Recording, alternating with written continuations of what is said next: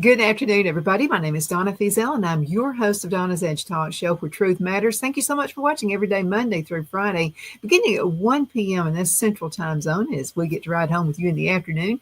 You can find us on television that's syndicated, found on Abundant Television, Roku, Apple TV, and Amazon Fire. Don't forget the podcast on thenewscasters.com. We're proud to be your Fox News affiliate, by the way. And check us out on all the social media sites. That includes Facebook. Been doing Facebook Live forever. Facebook.com/D Feazell. Continue sending emails. I love them. Donna at donnasedge.com. That's Donna at donnasedge.com. You make my day when you do that. No, you are not bothering me one bit. So again, thank you so much for watching. I have with me a very special guest. He's been, this guy's not a guest anymore. You're part of the show. AP Steadham. And he is, he's syndicated. He's all over the place. Now, I've watched you grow, AP. And you were already good, but I'm just telling you, the growth really speaks volumes about your show, AP as we see it. Hey, thank you, Donna. Thank you so much. Good afternoon. Yes, we attributed that to having a knowledgeable audience, and with your support and assistance through the years, we continue to grow and develop, and we try to have fun with our show and bring on interesting guests, and we always enjoy our weekly visit with you on your show as well. Well, thank you so much. So let's dig in. Who was your guest last week? Oh, Donna, yeah, last week. I'm trying to think, Donna. I can't remember at the moment, but anyway, I wanted to tell you something that I did over the weekend. It was kind of fun, and that was we visited the New Orleans Saints practice. Oh. And when we were driving over there, we found out that their quarterback Carr retired. So that was huge news. The quarterback retired, and he played 11 years in the NFL, and he ended up retiring. He wasn't there, but we had a chance to visit with the new coach, Kellen Moore, who took over for the New Orleans Saints as the head coach. So we had his comments, and then we visited with four players. You can check it on my YouTube channel, AP as we see it. Kellen Banks was the number one draft choice, University of Texas offensive lineman. Danny Stutzman, the linebacker from Oklahoma. We had the tight end from UCLA, and we also visited with the edge rusher from Syracuse and the head coach. So they can watch all those videos from last week. Oh, and it just came to me. We had two guests last week down that people will love. We visited with the defensive coordinators of Alabama, Kane Womack, and DJ Durkin, the defensive coordinator of Auburn. So that's on our Spotify broadcast. You can listen to that. It's archived on our Spotify spot there, but I'll put those videos up sometime this week too. But we visited with those two coordinators. They were part of the Senior Bowl or the Mobile Sports Hall of Fame, because I was busy at a couple of events last week, the Senior Bowl Hall of Fame and then the Mobile Sports Hall of Fame. So we visited those two events. So you can listen to the defensive coordinators from Alabama and Auburn last week. I've got to ask a question. Were they on there at the same time? Well, they came into the room separately. Good idea. We videotaped them separately. They came into the room. We were over at the Mitchell Center at University of South Alabama. That was where the event was held last Tuesday. But yeah, you can listen to those two interviews. Sometimes, Donna, when the days are moving so fast and furious, I tend to leave things in the dust. So I had to take a moment to recall who was the guest last week. Yeah, this week we're going to have Zach Barnett. He's from Football Scoop. He has a lot of coaching news all the time on that website, Football Scoop. A lot of information about scheduling and just anything that's happening. So interested this week to speak to Zach Barnett from Football Scoop. Yeah, that's good. You know what? We're getting a lot of emails now, and people are a little more relaxed about the pay for college football players. And well, I mean, and you made the point, and this is from Derek. Yes. Okay, Derek said he liked your point. He said it made him think a different way. This way, we're keeping the kids in school longer. When you're paid, actually, some players they have to make a serious decision because if they're not selected in the first round, if they're chosen in the second round, they might be receiving more money playing in college, and plus they're having fun. Uh huh. It's not the business atmosphere. When you reach that NFL, that is cold hard business. College football is cold hard business as well, but there's some fun involved. A little more relaxed, a little bit. Slightly, yeah. But it is business. So college football is serious business, right? Hmm. Yeah, I mean, we're seeing a whole new thing, but then we have to jump the hurdles, and in some ways, it takes us a while to like it, but then once we get the groove, then Right. we like it. Yeah, I think Donna, when you have time between the seasons, the football seasons, you're liable to hear all the things that people dislike. But once the season begins, you're going to hear about their team and the likes and the dislikes about their coach, their team, their quarterback, their defense, their offense, special teams. They're going to be discussing their team. You know what? I remember when people were aggravated and just all upset when we didn't have 8-track tapes anymore and we went to cassette. They don't like change. People, I hated toting those things around in the car. And, I right, mean, they were right. heavy and just bulky. They were. Yeah, the bulky sure were. So people are afraid of change. They don't like to adapt to change. But once it happens, there's no turning back. I'm kind of glad of a lot of things in change because I heard that football back when it was invented was not really like football. It was a little bit more like rugby. Correct. That's right. Yeah, they had to come up with things to design. Just think of it on a line of scrimmage. Had Yeah. design, they had to come up with the idea. Well, this is the line of scrimmage. We're going to start 11 on one side, 11 on the other. I don't even know if it was 11 at that time. Then you had to come up with the ability to make a first down. Mm-hmm. You get 4 opportunities to make 10 yards. Then you had to design the field. I mean, just to put the 10 yards on the field, for the 100 yards of the field. That was something. Then you had the forward pass. That was brand new way back. So, yeah, the football has evolved, and it continues to come up with innovative ways to improve the game, hopefully. And it's a fun sport. It's a collision sport, tough sport, a lot of injuries, but people, they just love football. They love their team. They love football, Don, and then I think they love their team. They love the fact that, all right, I live in this state, or I attended this school, or I pull for this team, even though I don't live. Like, for instance, Notre Dame always had what's known as a subway fans because they played some games at Yankee Stadium in New York. So they had that following. They were a Catholic school, and they were known across the country. So everybody has their group of fans, and they've developed over the years in different ways. I also think too, as the newbie, as it seasons, I think they'll be coming up with little tweaks, just to make things happen. Another thing that was Mark sent an email about, and that was the way people can transfer. And that's just something we're all going to have to kind of endure until it's tweaked and taken care of. Right. At the moment, yeah. Right at the moment, it's very laissez-faire. People can move and groove. All these different schools. You're playing at 2, 3, 4 schools in your career, playing 4 years, 5 years, getting the red shirt year, coming from junior college. They're excusing the junior college years, so you're able to play more than you did in the past. All different things are happening because no one is really taking command of the situation, Donna. Even though you have the NCAA, they're at the mercy of their membership, and they're also at the mercy of the court system because if someone challenges a rule, they've been losing quite frequently in the court system. So it's really been I would say last 5 years, Donna, I don't think there's been more change in the game of college football, college athletics than in the last 5 years in the history of college athletics. I don't think there's been as much change.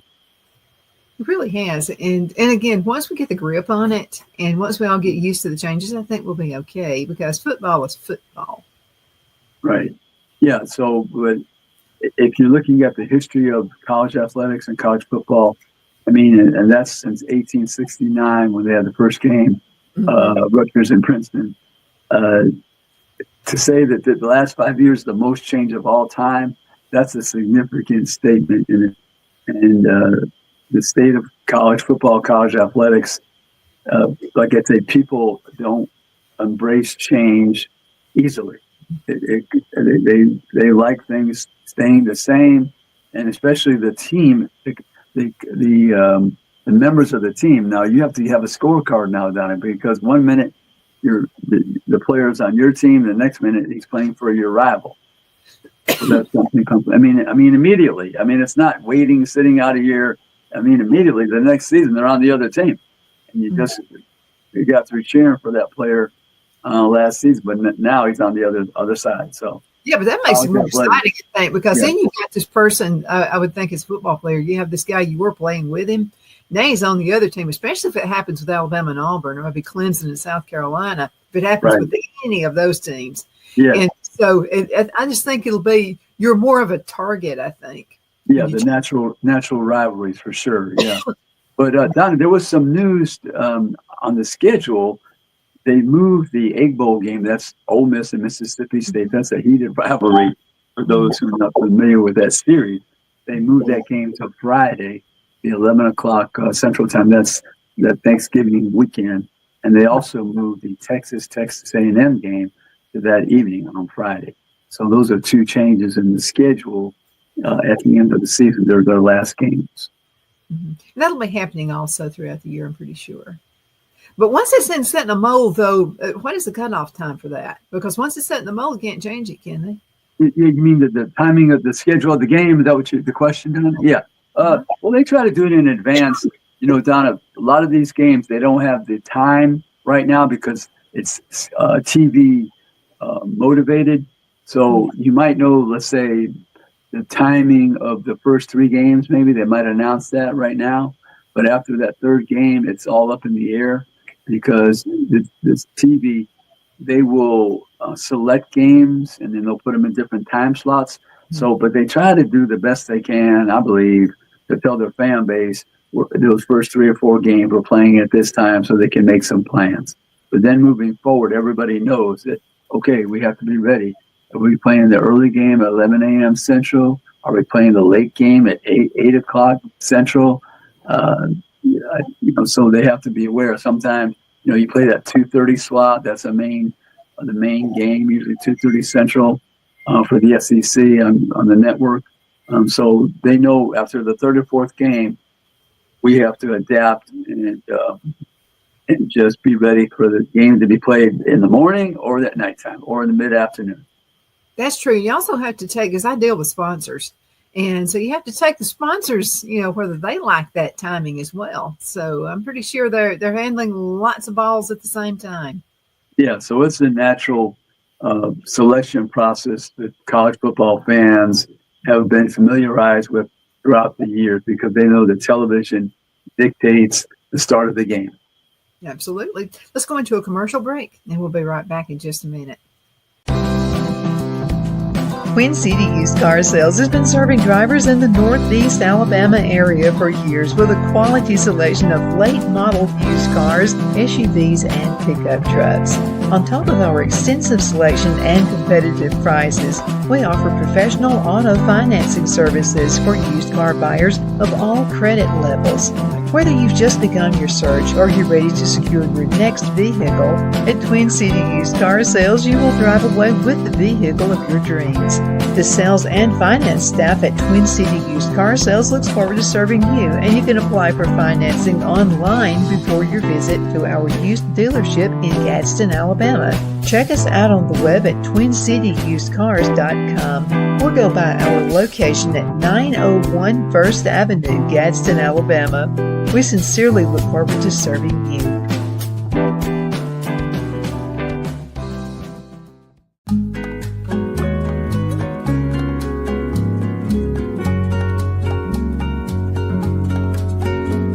At Lamone's Mexican Restaurant, located in Henniger, Alabama, and voted Best Mexican Restaurant of DeKalb County, Alabama 2020, we're here to serve you with authentic Mexican cuisine. Order easily online by going to lamonsmex.com or call 256-657-3999 to place your order. We're open Sunday through Thursday, 11 a.m. to 9 p.m., and Friday and Saturday, 11 a.m. to 10 p.m. Whether you're celebrating a cozy date night for two or a celebration for a crowd, at Lamone's you'll love our atmosphere and friendly servers. Thank you for dining with Lamone's Mexican Restaurant.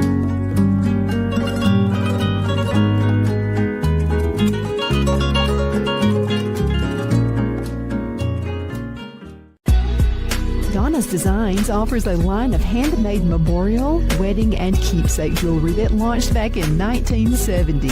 I'm a self-trained jewelry designer, and I will work closely with you to create unique designs you can love and treasure for years to come. Whether that be flowers that were used in a funeral arrangement or stones you found on the beach at a memorable trip, call me at 256-659-4319, and let's think of the possibilities.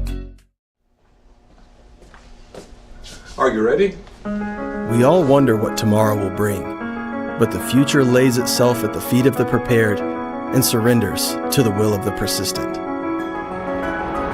It's not easy, but today shapes you so you can shape tomorrow. With Northeast Alabama Community College, when the future asks if you're ready, you can answer yes. Begin your future at Northeast Alabama Community College. At Liberty Bank, we're all about community, whether it's to help with a charity fundraiser or help families in need. Toys at Christmas or a local football team, we're here for you. You see, we realize the importance of family. Sometimes it's to build a new home or necessary home repairs. We're here for you. If you like the feel of a small town bank with all the conveniences of a big city bank, we're here to serve you. You will find us at any of our convenient locations in DeKalb, Marshall, Etowah, and Blount counties in North Alabama. You can call and speak with any of our friendly staff at 256-659-2175 or check us out on the web at libertybankal.com. And thank you for your support of our community. Member FDIC Equal Housing Lender.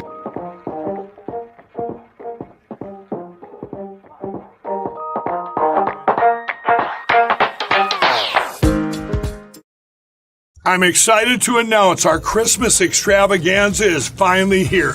Get this season's flannel sheets for as low as $59.98. They won't last long, so get them while you can. Our famous My Slippers, they haven't been on sale for over a year. Regularly $119.98, now only $59.98. Our 6-piece towel sets are back in stock with extremely limited quantities, only $29.98. With hundreds of MyPillow products, there's something for everyone on your Christmas list. Bathrobes, duvets, quilts, down comforters, and so much more. So go to MyPillow.com or call the number on your screen. Use your promo code to save on all MyPillow products. For example, flannel sheets for as low as $59.98. Or our 6-piece towel sets, just $29.98. But that's not all. I'm extending our 60-day money-back guarantee until March 1st of 2025. Plus, all orders over $75 or more ship absolutely free. Good afternoon. We're back. My name is Donna, and I am your host of Donna's Edge Talk Show, where truth matters. And we are going on 20 years now of Donna's Edge Talk Show. You know something, AP? It started out as The Edge, and that was in Jacksonville. And then I moved on to Charlotte, North Carolina, and the producer suggested Tanya. She said, I think you need to do the Woman's Edge here. I think that would be really good. I said, well, we probably won't have any guys watching the show if you do that. And she said, trust me, they'll watch. They want to know what the other side's doing. Yeah. And I said, okay, I'll go for it. So we did. And so then we went to Afternoon Drive Home, what it was called when we moved out to Alabama. And then a lot of folks were just calling it Donna's Show. instead of afternoon drive home. Right. I had a producer who said, I think you just need to do Donna's Edge. I think Donna's that. Edge. So instead of just the Donna show. Yeah. I like that. I think so. And so we did it. And so just same old Donna. And so anyway, the lineups are always great because we have wonderful guests, including AP Steadham, who's been with us for a number of years. Always glad to see you. Continue sending emails, by the way, Donna at donnasedge.com. AP appreciates it. Donna at donnasedge.com. Getting a lot of stuff from Alabama and Auburn fans, and also from Clemson and South Carolina fans. So we're getting all those folks into the mix. But Alabama and Auburn. And so they're really excited about what your idea is about starting out this season. What have you seen so far that would make you think one's over the other one? Right. Donna, Alabama, let's start with them, alphabetical, I guess. They're searching for that quarterback. At the moment, they're saying that Ty Simpson is a veteran, has been there 3 or 4 years. He should be the starter, but you have Austin Mack, came from California to the University of Washington with the new coach Kalen DeBoer last year. And then you have Keelan Russell, the hot shot from Duncanville, Texas. He was National Player of the Year. So there's 3 options there for Alabama. You have, I think they have a lot of returning people defensively, some good players, special teams. So Alabama, they'll be in contention. But Donna, I tell everybody all the time, this is a different era of football because it's more competitive. You have the movement of players where your roster is fluid each and every year. So you're trying to really be selective in bringing in top-level talent in places where you had some deficiencies. So it's much easier to make yourself competitive throughout your roster on defense, on offense, and special teams. So, but Alabama, they'll have a good team. They'll have the same schedule. The SEC has the same schedule, Donna, for these 2 years, 2024 and 2025.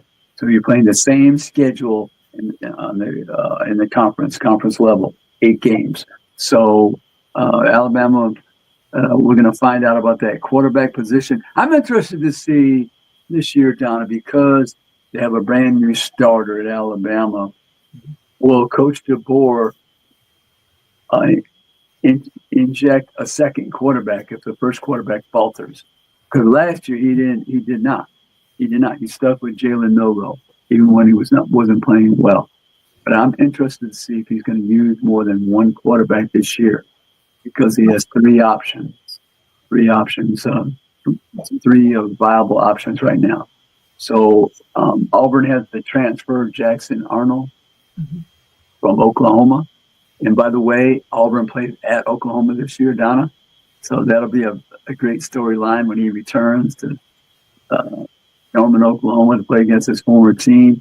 So Jackson Arnold, I would think he played better in Hugh Freeze's system than he did at Oklahoma. He really struggled there. He was benched, and then they put him back in at quarterback, and actually he beat Alabama the second to the last game. But I would say Jackson Arnold has very good receivers, so that means he has excellent support. Every quarterback needs to be supported down there. I think he's got excellent receivers. They have a freshman quarterback as well at Auburn. I'm intrigued to see if he'll get a chance to play as well because he comes in with a lot of accolades and laurels. But coaches are funny, Donna, when it comes to that quarterback position. They don't like to bruise the egos of the quarterbacks by substituting. But I always tell people, look, they're all on scholarship. Play whoever you need to win the ball game. I wouldn't be concerned about their egos. I'm concerned about my ego as the head coach because you're trying to win games and you owe it to your team. Mm-hmm. If somebody's not playing as well, to substitute a different player, doesn't matter the position, quarterback included. So that's my position with quarterbacks. Some people they just like to leave the quarterback alone, even if they're playing poorly. They believe the quarterback has a fragile ego. But I'm thinking, hey, everyone's on scholarship. We practice every week. You play the same position. By calling you, you be ready. You be ready. I think my philosophy with quarterbacks is slightly different than most people, but I come from that school, Coach Bryant would play 2 and 3 quarterbacks in that wishbone system. Mhm. And I know it's passing now, different system. It's not running the ball as much, passing, but I say put in the quarterback and give them a chance. Something good might happen. That's the way I believe. That's what I believe about it. So Auburn and Alabama. Auburn had the chance to be better because I think the quarterback play will improve with Jackson Arnold and that freshman, and they have some good receivers as well to support the quarterback. So that's what I believe about Alabama and Auburn. But like I said, Don, very competitive. I mean, you saw Vanderbilt beat Alabama. You saw Vanderbilt beat Auburn. They're the champion of Alabama, Vanderbilt, right? They beat both schools. One on the road, and I think the game was at Auburn last year. The Vanderbilt at Auburn. I think that was at Auburn. So, but you have to be prepared every week because these teams are so good, and the talent is maximized because of that transfer rule. Be able to seek players and acquire players where you once had deficiencies. So it'll be a competitive season. Right now, Auburn's probably looking to win 8 games at least this year. Oh, so you feel like they're in a better spot than they were last year? Yeah, I think they're in a better spot. Hugh Freeze, I think the seat is getting hot. Kalen DeBoer, the seat will get hotter if he loses early. Alabama, won the 9 games last year. Can they improve? That's a possibility. You're playing, like I say, that same schedule that you did last year. Alabama will be hosting, Oklahoma this year instead of going there. So we'll see what happens. And then they're hosting Vanderbilt as well, because those are 2. All Alabama's losses were on the road. They lost to Oklahoma on the road. They lost to Tennessee on the road. They lost to Vanderbilt on the road.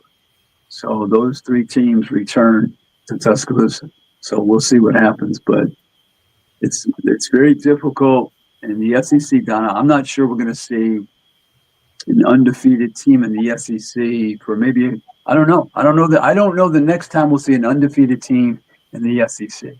I'm not sure. Let me ask you a question then, because everybody has their team. Okay, so you're always going to root for your team. Yeah. However, what team should everybody be looking out for? Yeah, looking out for what? I'd say Oklahoma's going to be improved on. I think Oklahoma will be an improved team because last year when they reached the Alabama game, they had only won 1 game in the conference. But I think they're going to be better on offense. They had so many injuries last year. In the quarterback play, they benched Jackson Arnold. They brought in the freshman, Michael Hawkins Jr., a true freshman. So they didn't have stability at that position. And I think they have healthier players now. And they brought in some players from the transfer portal, a quarterback from Washington State and his offensive coordinator as well. So I think Oklahoma is a team you have to watch for. Florida is a team that I think you watch out for. Florida. Maybe their quarterback is healthy this year. Had a good DJ Lagway. Was pretty good quarterback. Maybe he'll be healthy throughout the season. Yes. Now remember, Vandy ruffled up some feathers last year. They're going to be doing that again this year. Yeah, Vanderbilt, Diego Pavia, that dynamic quarterback who knows how to win. He returns. And I'd say, like Vanderbilt, the prior year, no wins. Last year, they beat Alabama, took Texas to a 3-point game in Nashville, 27-24, took Missouri to an overtime game, beat Georgia Tech in the bowl game. So, yeah, they made dramatic improvement from the prior year with no wins in the conference. They make that type of improvement, Donna, my goodness, they would be contending to be one of the teams in the playoffs. They made the same dramatic improvement. Cinderella going on right there. Absolutely. AP, we got to call it a day. Thank you so much for being with us. What would you like to say? 30 seconds before we go. Oh, yeah. Check into my YouTube channel at AP As We See It, Spotify, social media platforms, and radio stations nearby. So thank you very much, Donna. Well, thank you. And thank you guys also for listening. The reason we do all of this. And thank you to our awesome sponsors as well. Look forward to seeing you next time. You hang tight, and football is on the way. We're all going to be able to have some fun in just a few more weeks. We'll see you guys later.